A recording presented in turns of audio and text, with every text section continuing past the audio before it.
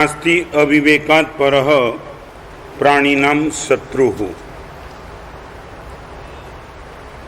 अनंत उपकारी पूज्यपाद आचार्य भगवान सोमदेव सूरी महाराज रचित नीति वाक्यामृत ग्रंथ में एक और सूत्र में आज प्रवेश करेंगे। सारी दुनिया के जीवों के शत्रु हम चाहे कोई भी मानते हो। मेरा खून करने वाला मेरा शत्रु, मेरा पैसा ले जाने वाला मेरा शत्रु, जगत के चौराहे पर मेरी इज्जत का कचरा करने वाला मेरा शत्रु, हम कुछ भी मानते हैं। आचार्य भगवान का ये कहना है, अविवेक से भयंकर शत्रु दुनिया में कोई नहीं है। आज आपके सामने दो चार प्रश्न मैं आपको पूछना चाहता हूं। आपके कमरे में अंधेरा हो, मोमबत्ती जली हुई हो और अगरबत्ती की सुवास हो, दो में से एक को निग्लेक्ट करने का आपके जीवन में निश्चित तौर से प्रसंग आता है। आप किन को निग्लेक्ट कर पाएंगे? रिपीट, अंधेरा कमरा, जली हुई मोमबत्ती और जली हुई अगरबत्ती। एक प्रकाश देती है, नंबर दो सुवास देती है। मोमबत्ती का काम प्रकाश देने का, अगरबत्ती का काम प्रकाश देने का नहीं मगर सुवास देने का। और दो में से एक पर ही आपकी चॉइस रखनी है। आप किस पर हो सके तो दोनों रखो, मगर आपके सामने दो में से एक ही विकल्प आता है, या तो प्रकाश या तो सुवास। आप किसको रखेंगे?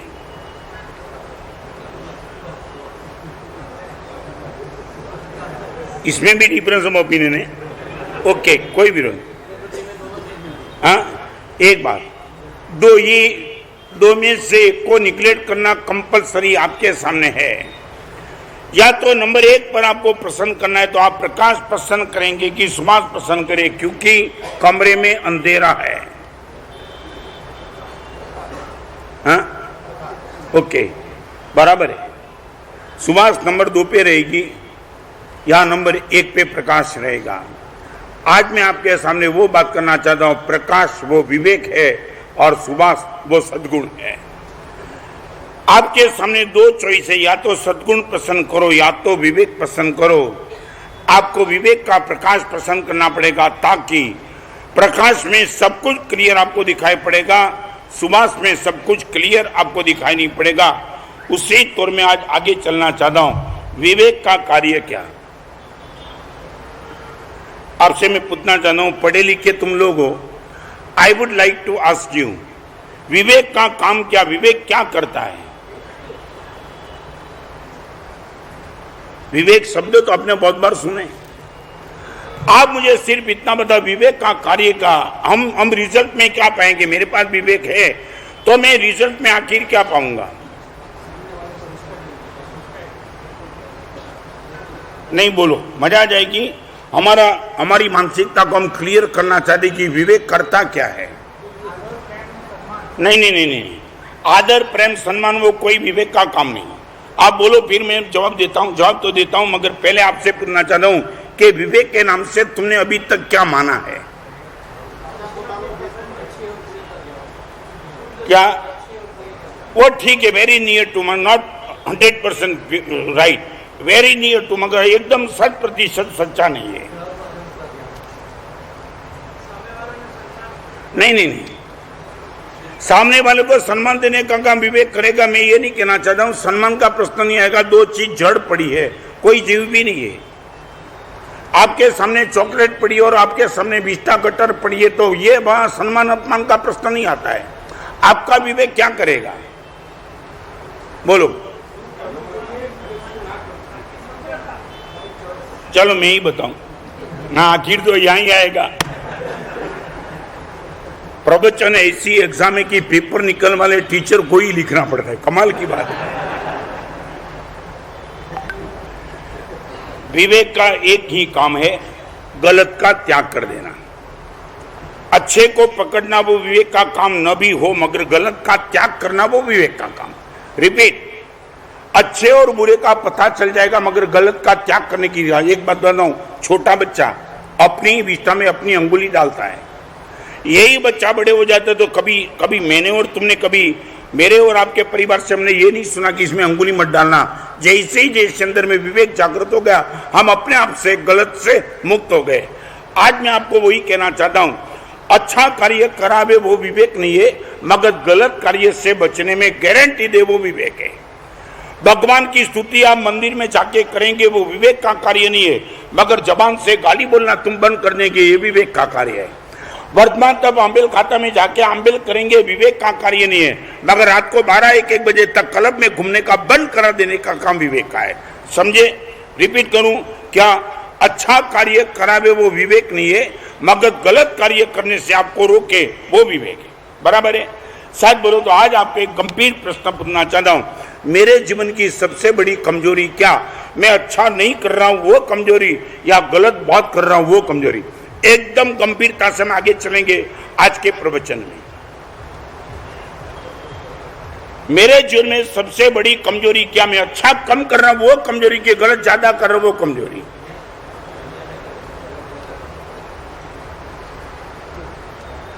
आज इतनी बड़ी सभा में जो भी आपको ठीक लगे वो बोलो, नहीं मैं अपने आप से माना साहब जीवन में परिवर्तन लाने का प्रयास करूं तो कहां से करूं? मंदिर में नहीं जाता वो मेरे जीवन की कमजोरी, के थिएटर में बार बार जाता वो कमजोरी। एकदम मेरे कहने से नहीं, आप एक बार ऑब्जर्व करके आप बोलो तो 2 मिनट में रुक जाऊं, मगर एकदम गंभीरता से आज के प्रवचन का मुझे जवाब चाहिए। What is my weakness in life? दान नहीं करता हूं वो मेरी कमजोरी, की अनिति के रास्ते पे मैं बहुत भागता रहता हूं वो मेरी कमजोरी। परमात्मा के मंदिर में जाकर के दर्शन नहीं करता वो कमजोरी, के थिएटर में ही बैठा रहता वो कमजोरी। आप बोलो,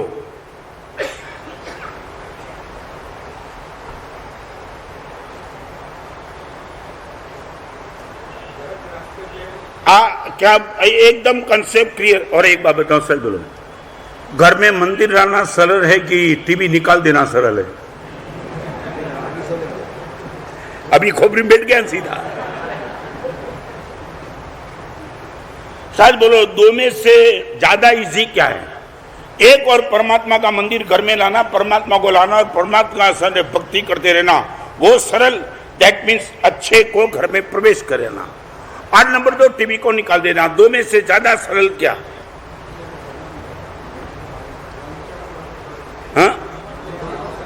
भगवान को घर में, माने मेरे बिहार के पहले सभी के घर में भगवान आ जाएंगे।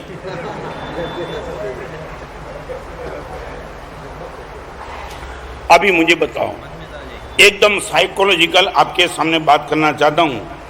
आप ये बोलते हो महाराज साहब घर से टीवी निकालना कठिन है, मंदिर लाना सरल है। अभी और मंदिर में एक फॉर एग्जाम्पल, थिएटर में नहीं जाना वो कठिन है, मंदिर में जाना वो सरल है। बराबर है? बराबर। एक हम समीकरण लगा दे, फिर आगे चलना चाहता हूं। अच्छा कार्य करने के लिए 5 चीज चाहिए। आज बारिश के बीच में भी तुम प्रवचन में आए, 5 चीज चाहिए। नंबर 1, मेरे पास प्रवचन में मंदिर में जाने का समय चाहिए। नंबर 1, बराबर है? आप मंदिर में जाना चाहते हो मगर आपके पास समय होना चाहिए। रात को 12 बजे आप मंदिर, बराबर समय। नंबर 2, सामग्री चाहिए। माने हिमालय की चोटी पे आप मंदिर जाने का मन करो, समय है मगर क्या नहीं है, मंदिर ही नहीं है। बराबर।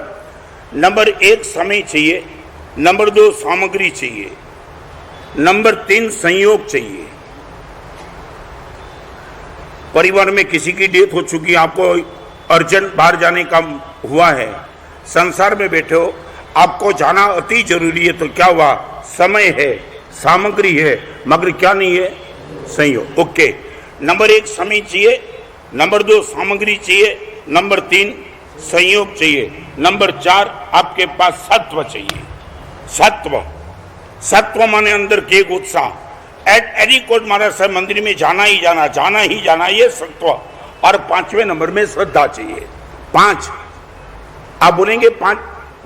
नंबर 1 फिर से सब, नंबर 1, नंबर 2 सामग्री, नंबर 3, नंबर 4 और नंबर 5। ओके, मंदिर में जाने के लिए समय चाहिए, संयोग चाहिए, सामग्री चाहिए, सत्व चाहिए और श्रद्धा चाहिए। और थिएटर में नहीं जाने के लिए क्या चाहिए? कुछ नहीं, यहां बैठो बस, बात खत्म। तो सच बोलो, 5 चीज जिसमें चाहिए वो मंदिर जाना सरल है, या जिसमें कुछ नहीं चाहिए वो थिएटर छोड़ देना सरल है?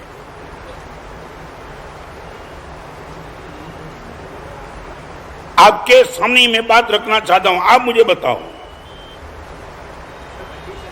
हाँ, नहीं, मैं ये नहीं कहना, मैं ये कह रहा हूं मंदिर में जाकर के प्रभु को मिलना वो 5 चीज पे डिपेंड है, मगर थिएटर में नहीं जाना वो किसी पे डिपेंड नहीं, आपके हाथ में नहीं जाना, बस बात खत्म। वेरी इजी, क्या मंदिर में जाना कि थिएटर में नहीं जाना? प्रशांत भाई बोलो, क्या है? थिएटर में नहीं जाना इसी है ना, तो दे दू जिंदगी भर का नियम।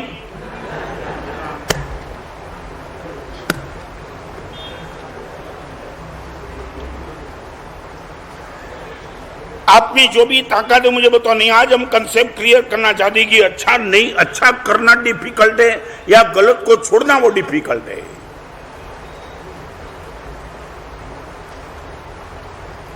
आज समाज यदि बिगड़ा हुआ है, अच्छे की कमी से नहीं बिगड़ा हुआ है, बुरे की ज्यादती से समाज ज्यादा बिगड़ा है। ये कंसेप्ट टोटली मन में क्लियर कर देना, इसलिए आवश्यक निरुक्ति नामने ग्रंथ में हरिभद्र शर्मा का ये बयान है। हिता प्रवृत्ति है, अहित प्रवृत्ति गुरु संसार कारण। हे भगवान, मैंने अच्छा कार्य नहीं किया इसलिए मेरा संसार में भटकना शुरू नहीं हुआ है, गलत कार्य मैंने बहुत किए इसलिए मेरा संसार में भटकना शुरू हुआ है। रिपीट, मंदिर में कम गया वो मेरी कमजोरी नहीं थी, स्त्रियों को ज्यादा देखा वो मेरी कमजोरी थी, भगवान तेरी स्तुति नहीं बोला वो मेरी कमजोरी थी, नहीं निंदा और गाली बहुत बोला वो मेरी कमजोरी थी।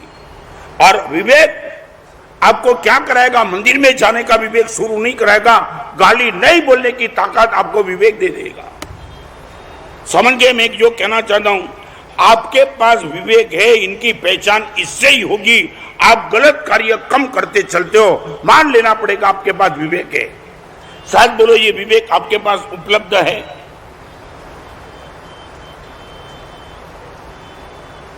गलत कार्य छोड़ने की ताकत अपने जीवन में बढ़ती जाए, वो विवेक की प्रतिष्ठा का सूचक है। आपके पास विवेक की स्थिति है, आप बोलेंगे कि महाराज साहब कोई भी गलत कार्य करने के पहले विवेक अलर्ट कर देता है, please don't go in this. Vivek रोकेगा। आपको क्या लगता है मेरा प्रवचन आपको अच्छे मार्ग पे लाने का प्रयास करे, वो नंबर 2 पे गलत के त्याग की ताकत मेरे प्रवचन से यदि आ जाए, आपको मान लेना कि गुरुदेव 100% प्रवचन को हमने सफल कर दिया है। आपको मालूम है संडे के दिन मैंने नियम वो नहीं दिया था कि मंदिर में जाना, मैंने क्या दिया था? 11 बजे के पहले। ये क्या था? विवेक का काम था। मंदिर में जाना आसान था, मगर 11 बजे के पहले घर में एंट्री लेना वो रियली टफ था। मगर इसलिए मैंने नियम दिया कि कम से कम, और कल का भी नियम मैंने क्या दिया? क्या भगवान सारे जो भी दुश्मन माने नेगेटिव बात बताए ने, मेरे मित्रों को सुखी करना वो तो हम बहुत बोलते हैं, मगर भगवान मेरे दुश्मन को भी सुखी करना ये मन कभी कबूल नहीं करता है। मेरे दुश्मन को माना सिर्फ सुखी करने की बात मैं करूंगा, फिर वो दुश्मन कैसे रहेगा? वो दिक्कत है। तो आज आपके सामने वो बात पूछना चाहता हूं। हम यहां से आगे चलेंगे। महाराज साहब, हृदय में विवेक की प्रतिष्ठा हम चाहते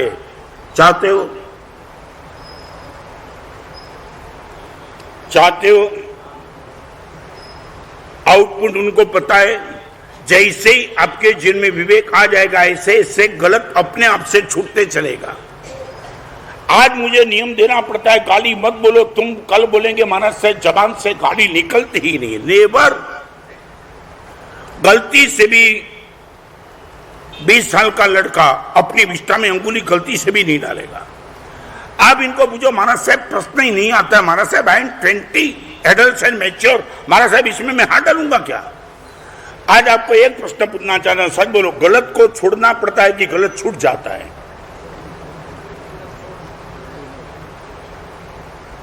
अभी आपकी मानसिकता क्या है? गलत का त्याग करना पड़ता है कि गलत का त्याग अपने आप से हो जाता है? आपको क्या लगता है? अभी आप जिस स्टेज पे हो वो स्टेज आपकी कौन सी है?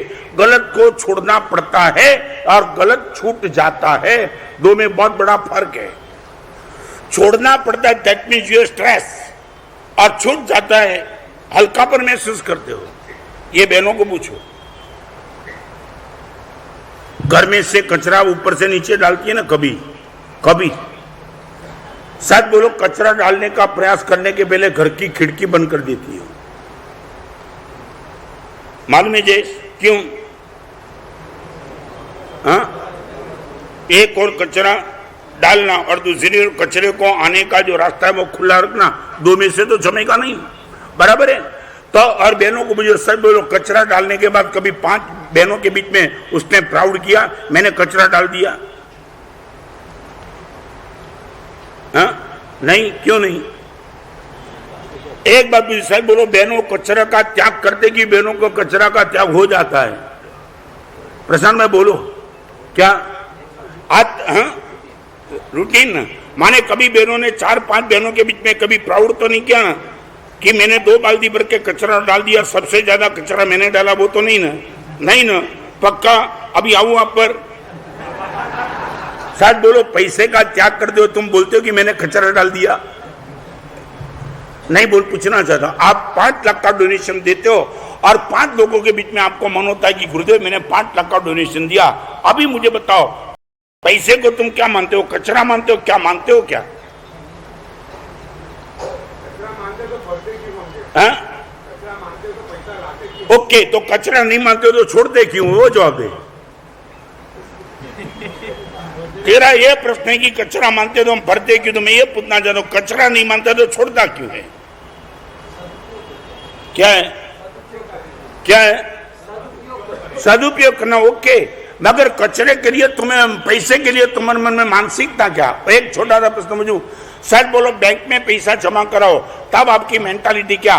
पैसा सुरक्षित रहता है, बढ़ता है कि कम होता है? रिपीट, 3 विकल्प आपके सामने। बैंक में जब पैसा भरते हो तो 3 विकल्प, या तो पैसा कम होता है, या तो सुरक्षित रहता है, या तो पैसा बढ़ता है। आपकी मेंटालिटी क्या? बोलो, आज आपको छोड़ने वाला नहीं हूं। सुरक्षित रहता है और ओके। सच बोलो, दान करो तो पैसे के लिए तुम्हारे मन में मानसिकता क्या? कम होता है, सुरक्षित की बढ़ता है? तो फिर कम दान क्यों करते हो? अरे यार, कमाल की बात करते हो यार। शायद बोलो, बैंक में तुम पैसा जमा कर दो, 6 साल के बाद मिलेगा, एफडी मानस है सीधी डबल हो जाएगी, तो पैसे के लिए तुम्हारी मानसिकता क्या? मैं रिपीट करना चाहता हूं, दान करते हो तब मन में क्या भाव आता है?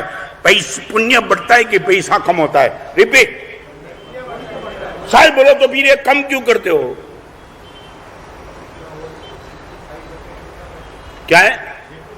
शायद बोलो, जितना होता है उतना करते हो कि जितना चाहते हो उतना करते हो? हाँ, अभी देखो बात घुमाई। क्या हुआ? तुम्हारे मन का कंसेप्ट क्लियर कर दो। दान करते हो तब तुम्हारे मन में एक ही बात है कि महाराज साहब पैसा, और एक बात बताओ, दान का 3 कलंक बताओ, कभी बताऊंगा, मगर आप 3 कलंक आपका बताओ, आपकी कमजोरी दान के क्षेत्र में क्या है? नंबर 1, सबसे पहले यदि नहीं करना पड़े तो अच्छा, ये आपका मन का भाव।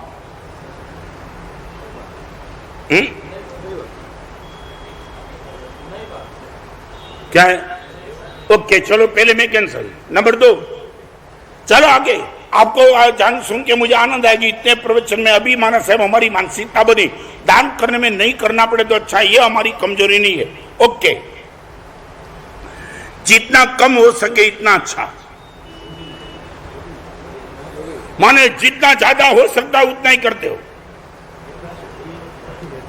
यथाशक्ति की यथा रुचि, नहीं मन के साथ बदमाशी मत करना। आपकी एक बात बताऊं, आपकी शक्ति 90% दान की है। नहीं, मिनिमम, मैक्सिमम में पूछना चाहता हूं, मिनिमम तो आपकी औकात को देख के बताया।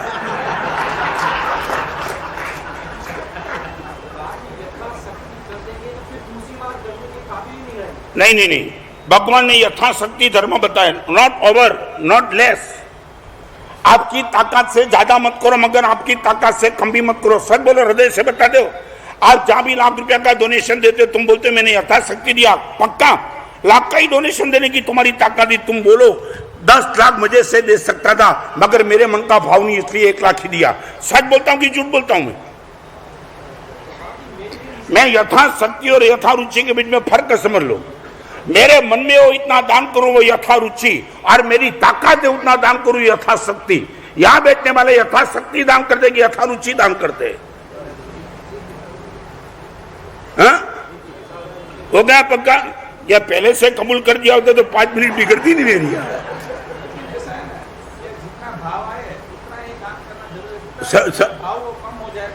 नहीं नहीं नहीं, क्यों? क्या जितना भाव आए माने क्या शायद बोलो बिजनेस में जोखिम उठाते हो। आप एक काम करो हमारे साथ, जितनी मेरी ताकत होगी उतना का बिजनेस करूंगा, जोखिम उठा के बिजनेस नहीं करूंगा पक्का। ये आज छोड़ूंगा नहीं तुम्हें पक्का।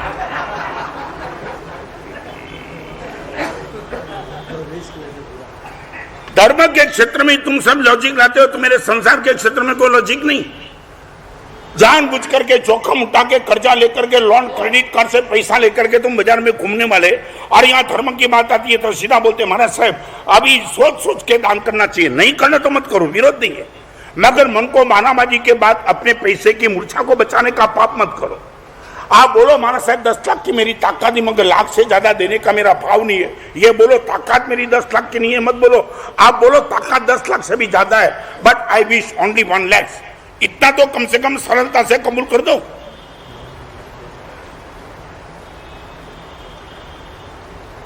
हाँ पक्का। और साहब बोलो प्रशांत भाई आपको जिसका जहां पेमेंट लेना है वो बोले कि मैं करोड़ का आपका पेमेंट दे तो सकता हूं, मगर मेरा भाव सिर्फ 10 लाख देने का है, फिर क्या?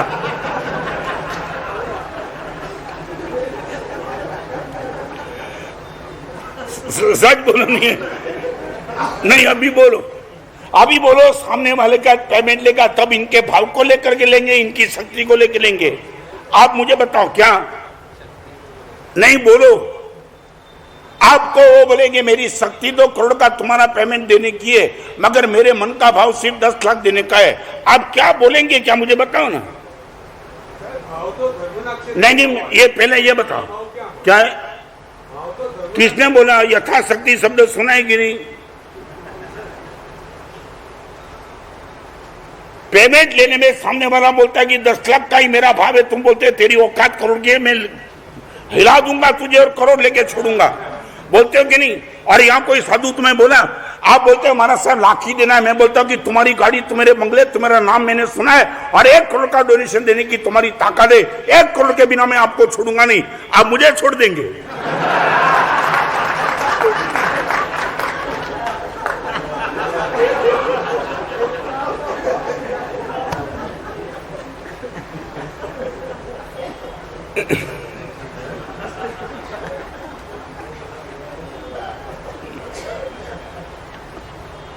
तुम्हारा डबल माइंड क्यों चलता है? पेमेंट लेना है वहां तुम भाव नहीं देखते हो, वहां शक्ति देखते हो, और दान करने के वक्त तुम शक्ति नहीं देते हो, अपना भाव देते हो। इतनी बदमाशी धर्म के साथ क्यों?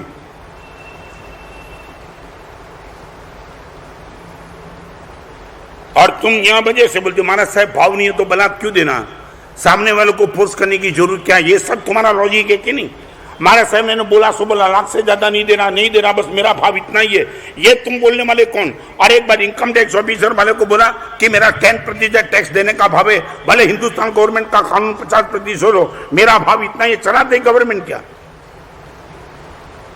जयेश क्या मारे वहां तुम्हारा कोई भाव चलता नहीं। अरे आगे चलो 5 स्टार होटल में जाके बोलो 10 रुपए का प्लेट देने का मेरा भाव है, भले मैंने 200 का खाया, चलता है तुम्हारा?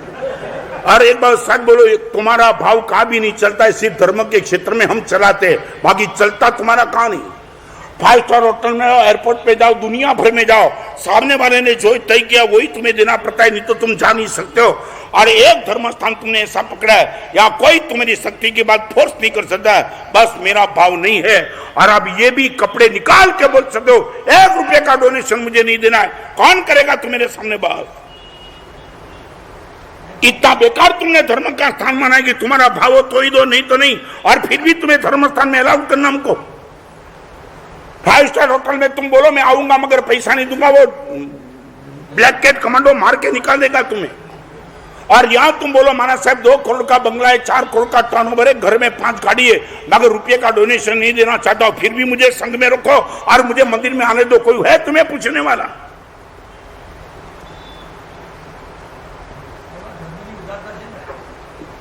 उदारता नहीं, इन लोगों की बेवकूफी है। उदारता क्या?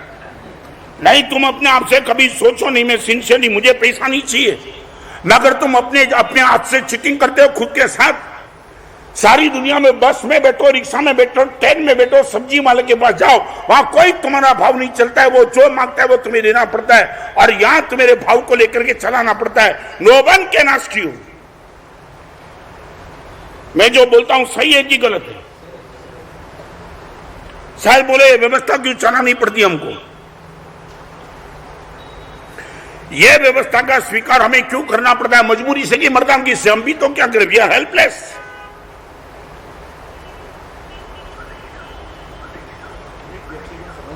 क्या है? नहीं, संघ को नहीं, खुद को समझना चाहिए। एक बात समझ लो, नहीं बाकी कोई नहीं समझे। मैं नहीं समझा पाया, तुम क्या समझा पाएंगे? भगवान भी नहीं समझा पाए। एक बात बताओ, कोई समझा नहीं पाएगा, खुद को ही समझना पड़ेगा। नहीं, यही तो प्रवचन में मैं कहना चाहता हूं कि खुद को तो तुम समझो। बारडोली वाले रसिक भाई थे, शांत हो गए अभी। रसिक लाल मगन लाल बारडोली वाले, मेरा वहां चातुर्मास था। शायद मेरे 50 साल की जिंदगी में ऐसा उदार आदमी शायद मैंने नहीं देखा। शायद मे भी पॉसिबल, मैं कहीं भूल भी गया हूं। जिस टाइम मेरा चातुर्मास था, वहां 18 कौम के लोगों ने रसिक भाई का सम्मान का प्रोग्राम रखा। मुसलमान, सिंधी, पटेल, राजपूत, सुथार, मोची जो भी थे, मेरी उपस्थिति में 18 कौम ने इकट्ठा होकर के रसिक भाई का बहुमान किया।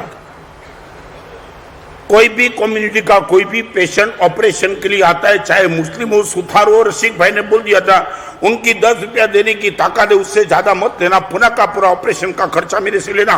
पूरी बारडोली में उनकी खुली ऑफर थी, नॉट ओनली फॉर जैन्स, पूरी बारडोली। और 18 कौम ने, मुसलमान से लेकर के सभी ने जब रसिक भाई का बहुमान किया, मेरी जिंदगी में मैंने पहला प्रसंग ऐसा देखा। 18 कौम ने बहुमान करने के बाद रसिक भाई ने उनका जवाब देने का जब मौका आया, बड़े शालीन, बड़े सरल, कोई वक्तृत्व शक्ति, पर्सनालिटी उनके पास नहीं थी, मगर जो बोले ने वो शब्द यहां से नाभि से निकले थे।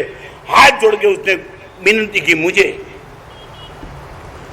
आज 18 कौम ने मेरा बहुमान किया है मेरे डोनेशन को देख करके, मगर जीवन में पहली बार ये बहुमान का प्रसंग आया तो पहली बार गुरुदेव के सामने में पूरे बारडोली की जनता के समक्ष अपनी बात खुली करना चाहता हूं। मैंने डोनेशन जो दिया है उनको लेकर के तुमने बहुमान किया है, मगर मैं आज इतना ही कहूंगा, मेरी डोनेशन देने की जितनी क्षमता है उससे सिर्फ 10% डोनेशन दिया है। गुरुदेव से मैं आशीर्वाद मांगता हूं, मेरी शक्ति इससे भी ज्यादा डोनेशन किए, वो ताकत मुझे दे दो, डोनेशन बाद में करना। कोई बोला, ये संघ के बीच में खड़ा होकर के कोई बोल सकता है कि करोड़ की डोनेशन की ताकत ही 5 लाख देकर के मैंने 95 लाख बचाए? ये हिम्मत है बोलने की?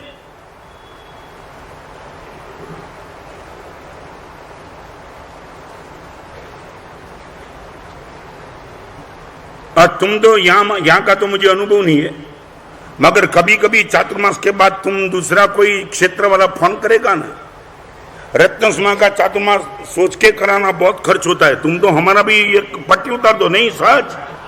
हाँ, तुम्हारा मुझे कोई भरोसा नहीं है। हाँ, हजारों की भीड़ इकट्ठी होते हैं, मगर बाहर जाकर के बोलते हैं गुरुदेव का खर्च बहुत। मेरा क्या खर्चा है? ये तुम्हारे लिए बना कि मेरे लिए? मैं आपको पूछना चाहता हूँ, यह मंडप की व्यवस्था तुम्हारे लिए कि मेरे लिए? मैं तो उपासन में भी प्रवचन कर सकता था, तुम बोलो गुरुदेव 4 महीना शांत बैठो, मुझे प्रवचन का शौक नहीं है, मगर बड़ौदा की जनता को आने की सुविधा रहे इसलिए तुमने बड़ी व्यवस्था बनाई। ये खर्च तुम मेरे नाम से निकालेंगे? बाहर से आने वाले मेहमान की तुम भक्ति करते हो, मेरी गोचरी की भक्ति है कि मेहमानों की भक्ति है? ये खर्च किसके नाम से जाएगा? ईमान भाई बोलो। प्रशांत भाई क्या? हाँ, पहले ये बोलो, चातुर्मास के बाद ये खर्च किसके नाम से बोलेंगे? गुरुदेव आए और इतने रुपए का खर्च बोलो, मैं आज क्लियर कर दूं। क्या है? हाँ? क्या है? माने भले बोले नहीं, मगर तुम्हारी मन में तो यही बात है। हाँ, सारा का खर्च तुम तुम्हारे लिए खर्च हो, डालते हो हमेरे खाते में, कोई और क्या वापिस लेना है मुझे? और एक बात, मेरा चातुर्मास भी सफल कब मालूम है? जाने के बाद बोलेंगे गुरुदेव आए और 3 करोड़ की बोली लगी, सबसे स्टॉप चातुर्मास। तुम्हें तो पैसे से ही संबंध है ना, ज्यादा बोली हुई तो चातुर्मास सफल, और गत चातुर्मास से ही चातुर्मास में इनकम तुम्हारी कम हुई तो गुरुदेव के चौमास में कुछ हुआ नहीं, यही तुम बोलने वाले हो ना। कितने लोगों का हृदय परिवर्तन, जीवन परिवर्तन, वैचारिक परिवर्तन, वो तो तुम्हारी दृष्टि में आता नहीं, सिर्फ पैसा ही पैसा। यह तुम्हारी मानसिकता मेरे साधु को चातुर्मास के लेकर के बनी, और गुरुदेव को चातुर्मास सोच के लाना बहुत खर्च होता है, मेरे लिए कि तू मेरे लिए।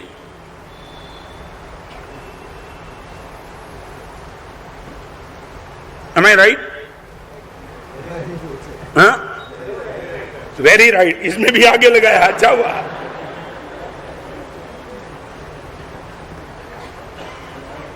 नहीं नहीं, यही व्यवस्था होती है, यही।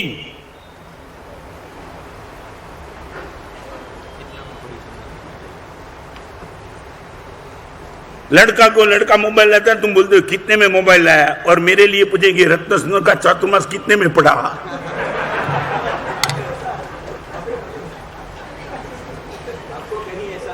क्या है? अरे लगा है, इतने साल का अनुभव बोल रहा हूं। ये संग में तो जाने के बाद सोचूंगा ना, अभी क्या पहले पक्का कर दिया। अरे मैं नहीं लगा, नहीं लग सकता है, अभी तो 15 दिन चातुर्मास के लग सकता है, मैं पहले से साबित कर देता हूं, एंट्री निकाल देना। आपके बेटे को मैं बताऊं, भावनगर का मेरा चातुर्मास था। एक बाप अपने लड़के को लेके आया, माना साहब ये बदमाश लड़का, देखो बाप का मेरे लड़के की पहचान। मैंने बोला क्या हुआ? लड़का दूर बैठा था। महाराज साहब आपकी 5 शिविर शुरू होने वाली है। मैंने लड़के को बोला गुरुदेव बहुत टॉप है, एक बार तो शिविर में जा ही जा। और महाराज साहब ये बात मैं करता हूं 27 साल पहले की। महाराज साहब मेरे लड़के ने बोला है कि पापा कोई गुरुदेव में मुझे शिविर में 1% इंटरेस्ट नहीं है। आप बोलते हो मैं जाने के लिए तैयार, आपके कहने से रहूंगा, मगर एक मेरी कंडीशन, हर सैटरडे को मेरे मित्र के साथ क्लब में साथ जाकर के जुगाड़ खेलता हूं। आप हर सैटरडे का 11,000 देते हो तो शिविर में जाता हूं। 11,000 सैटरडे के जुगाड़ में और रविवार की शिविर। महाराज साहब मेरा बेटा ये कंडीशन रख करके बैठा है, महाराज साहब लाखों करोड़ों रुपए का मालिक, और वो जुगाड़ के लिए 11,000 मांगता है शिविर में आने के लिए। क्या करूं महाराज साहब बेटे को? मालूम है प्रशांत भाई, मैंने बेटे को क्या कहा, बाप को कहा, मैंने बोला एक काम कर सकते हो क्या, 5 सैटरडे का 55,000 साथ में दे दो जुगाड़ खेलने का। लड़का दूर बैठा था, नजीक आ गया, उसको लगा ये तो अपने वाले लगते हैं।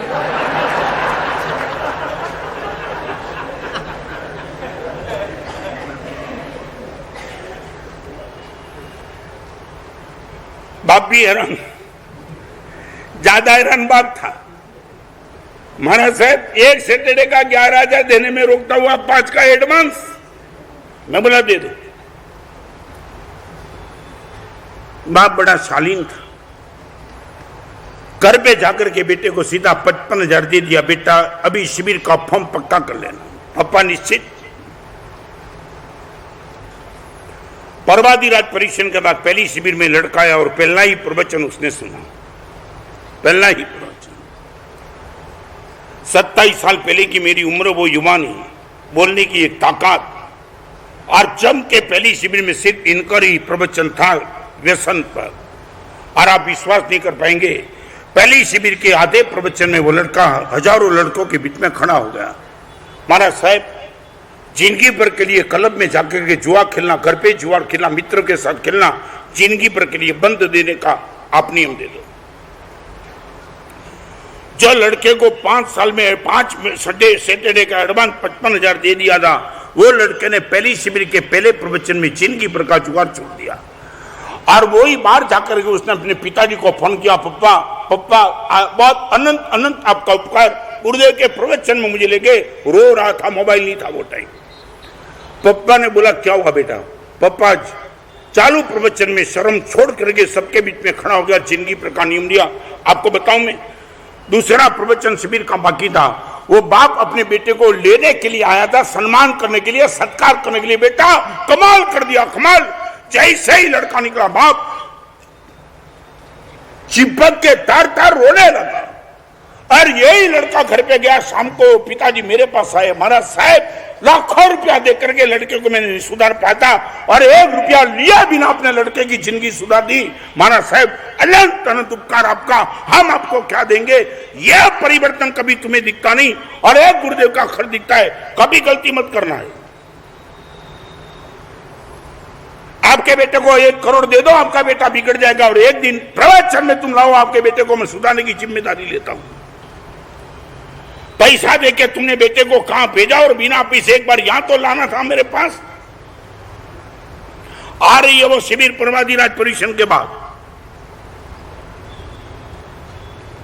एज लिमिट क्या रखी है जयेश? 15 से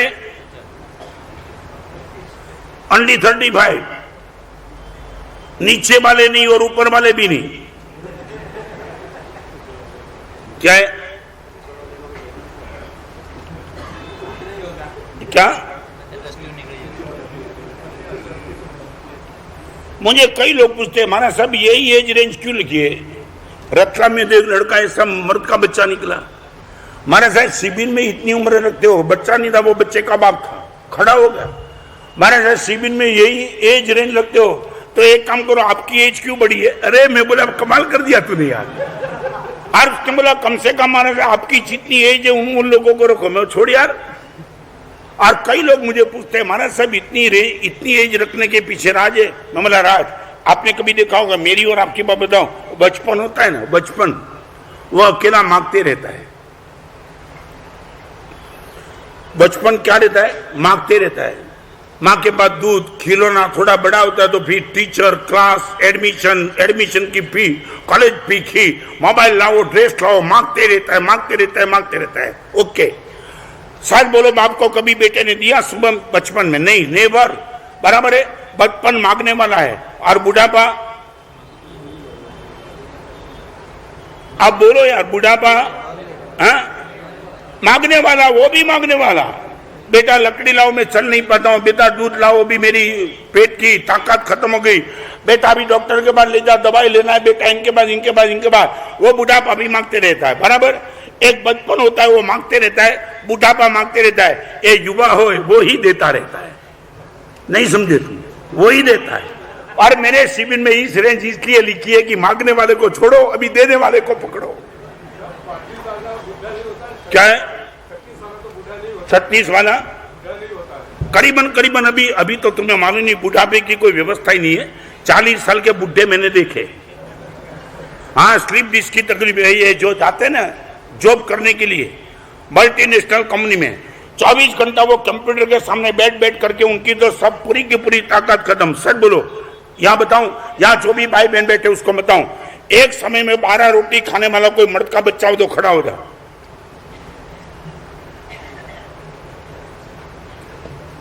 तुम 12 करोड़ रुपया खा गए, 12 रोटी नहीं बचती है तुम।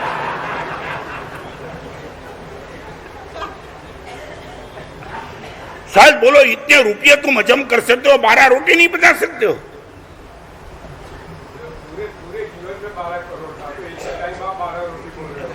क्या है?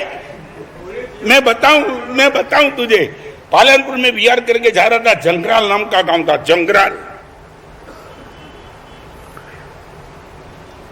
और उपाश्रय था नहीं। आगे किसी गांव को पूछा था भाई वहां ठहरना, तो उसने बोला महाराज साहब एक माजी है अबाउट 75, वहां महाराज साहब ठहरने की जगह है, बहुत बड़ा मकान है और आप वहां मजे से ठहर पाएंगे। ओके, हम गए। शिवो जलन 75। महाराज साहब आओ, इतना बड़ा बंगला है महाराज साहब, आप कहीं भी ठहरो। गर्मी के दिन कपड़े पसीने से भीगे थे। आज शाम को दोरी लगा के मैं कपड़ा सुखा रहा था। आधा घंटे के बाद कपड़े सूख गए। मैं कपड़ा लेने के लिए जब गया ना, तो वो 75 इंच की जो उम्र वाली डोसीमा थी ना, वो भोजन कर रही थी।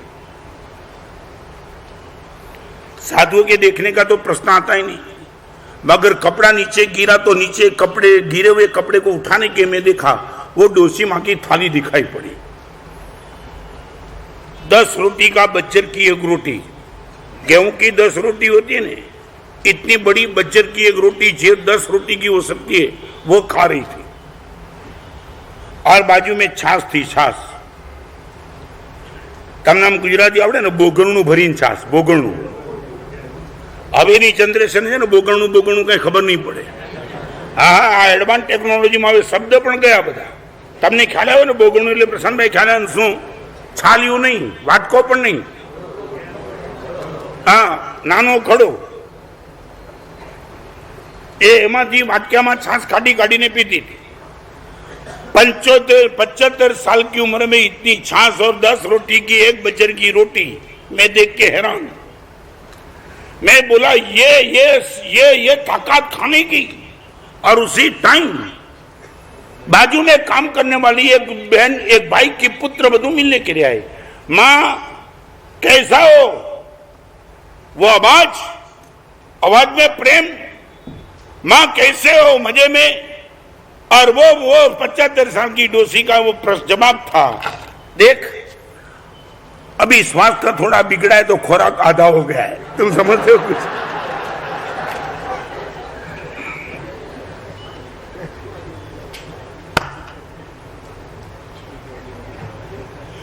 पचहत्तर साल की उम्र में शाम के समय में 12 रोटी खाने वाली है, और तुम्हारे पास क्या भोजन क्या है? सच बताऊं क्या? एक बताऊं, तुम्हारे पास त्याग का पुरुषार्थ भी नहीं और भोग का पुण्य भी तो नहीं है. त्याग का पुरुषार्थ भी नहीं है, तुम्हारे पास भोग का पुण्य भी नहीं. तुम्हारे पास ये खाने की भी ताकत कहां है? और ये कमजोरी को लेकर के बेटा, इसलिए मैं कहना चाहता हूं, एक काम करो, विवेक को हाजिर रखो. प्रकाश की उपस्थिति में कचरे के ढेर पर आप नहीं जा पाएंगे जानबूझ करके. रिपीट, आपके घर में तुमने सबसे पहले लाइट की, सबसे पहले तुम घर में दाखिल नहीं होते, सबसे पहले स्विच लाइट, और 1-2 मिनट के लिए खड़े हो जाते हो, और आपको लगता है वहां प्रकाश नहीं है, वहां हर जगह कचरा दिख रहा है, आप कचरे तक नहीं जाएंगे. बराबर है? ये काम किसने किया? प्रकाश ने. प्रकाश ने आपको दिखा दिया कि वहां कचरा है, वहां जाने की हिम्मत मत करना. विवेक आपको दिखाई पड़ेगा, ये सोचने की, करने की और बोलने की हिम्मत कभी भी मत करना. महाराज साहब गाली बोलता नहीं, बोल नहीं सकता हूं, विवेक का प्रकाश मेरे पास है. महाराज साहब दुनिया में मेरे सामने अंगुली करे ऐसा कार्य में करता नहीं, वो नहीं. महाराज साहब अभी कर नहीं सकता हूं, समाज की नजर में महाराज साहब मैं उतर जाऊं, मेरा विवेक मुझे ना बोलता है.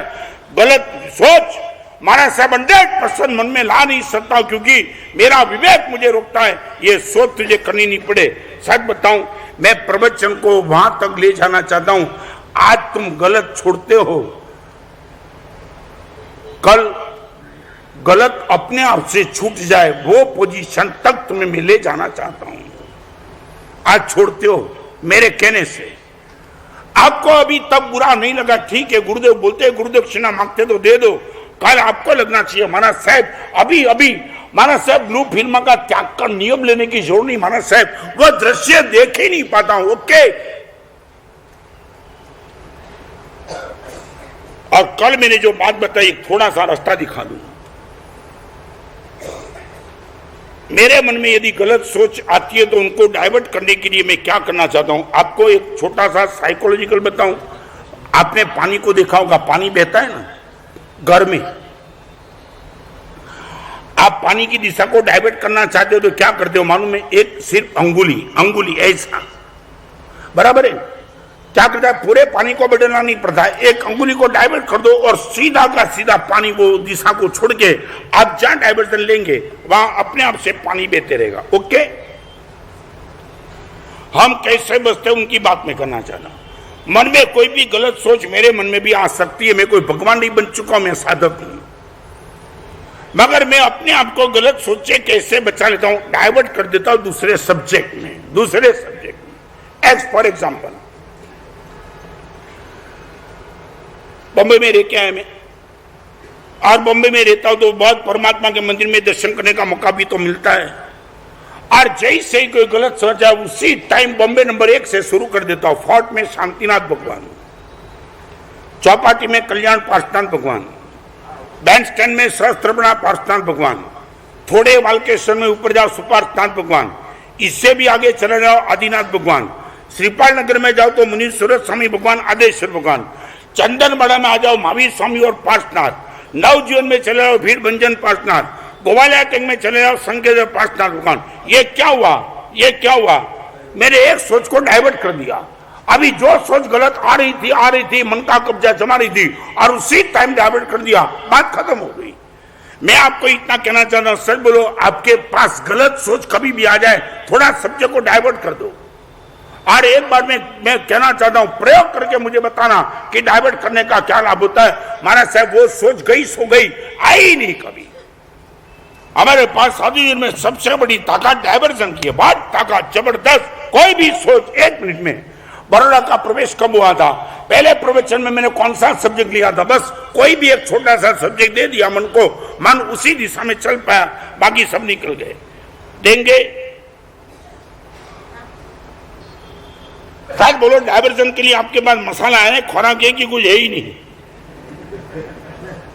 हाँ, ये भी तो होना चाहिए ना। नहीं तो डाइवर्जन देंगे, किन किन का पेमेंट बाकी है, कौन बदमाश नहीं देता है, वो मत डाइवर्ट करना है।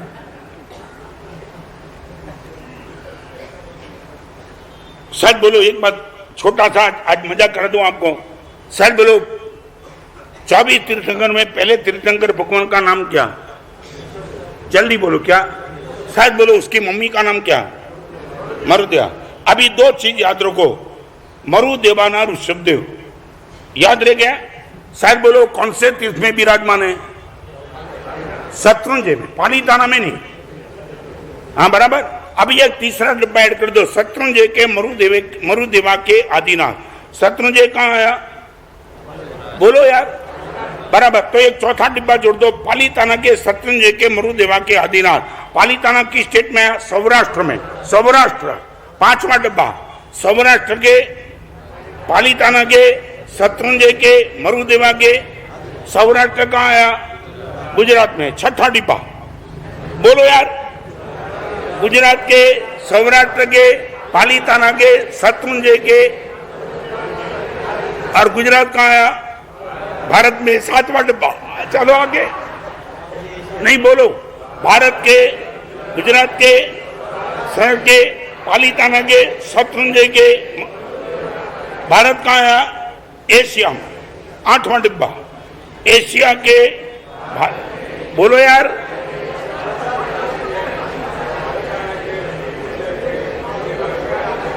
ओके, एशिया, बराबर।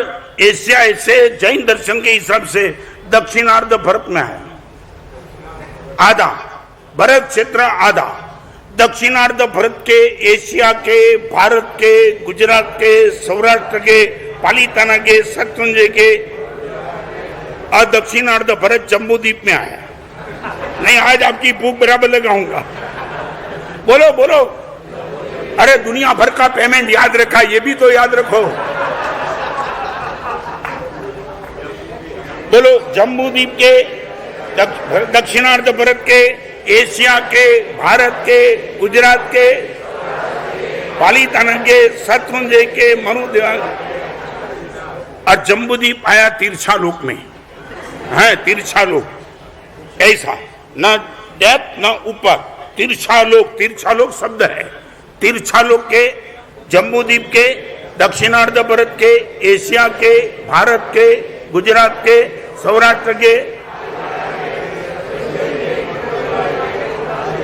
और लास्ट तिरछा आया 14 राजलोक में। 14 राजलोक, लास्ट 14 राजलोक के, तिरछा लोक के, जम्बूद्वीप के,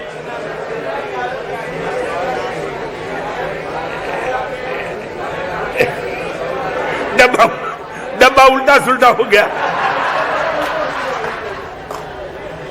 फिर से अभी एक का नाम एक ही बोलेंगे, जितना डब्बा। सबसे पहले 14 लोक के नंबर 2, तिरछा लोक के नंबर 2, 3, जम्बूद्वीप के नंबर 4, भारत क्षेत्र के नंबर 5, एशिया के नंबर 6, भारत के number 7, number 8 number, Saurashtra 9 number, Palitana 10 number, Shatrunjay 11 number, 12 number और 13 नंबर, शत्रुंजय के मरुदेवा के आदिनाथ। ओके, सच बोलो। ये मैं इतना ही कहना चाहता हूं, रास्ते में चलते चलते किसी लड़की को देख करके मन में कोई ऐसा भाव आ गया, एक बार तुम पालीताना की यात्रा पे निकल जाओ, ताकत गलत सोच के आपके मन का कब्जा जमा ले।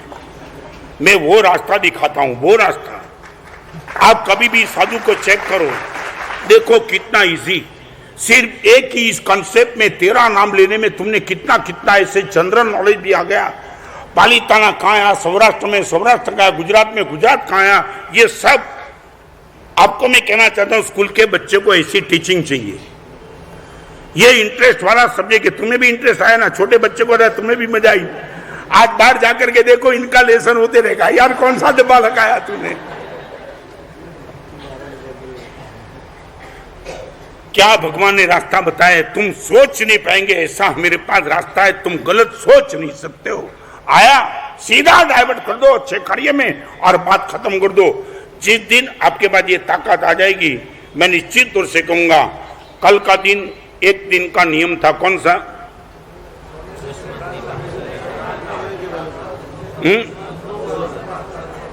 रात को सोने के पहले आपकी जिन जिन लोगों के साथ अनबनी हो चुकी है, उनके लिए प्रभु से प्रार्थना करना, इन लोगों का सभी का स्वास्थ्य अच्छा रहे। आज एक और नियम, छोटी सी बात। भगवान तेरे से आज एक मंगल कामना करना चाहता हूं।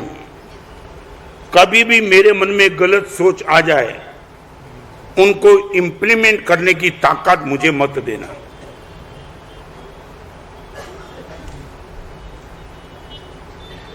गलत सोच आ जाएगी।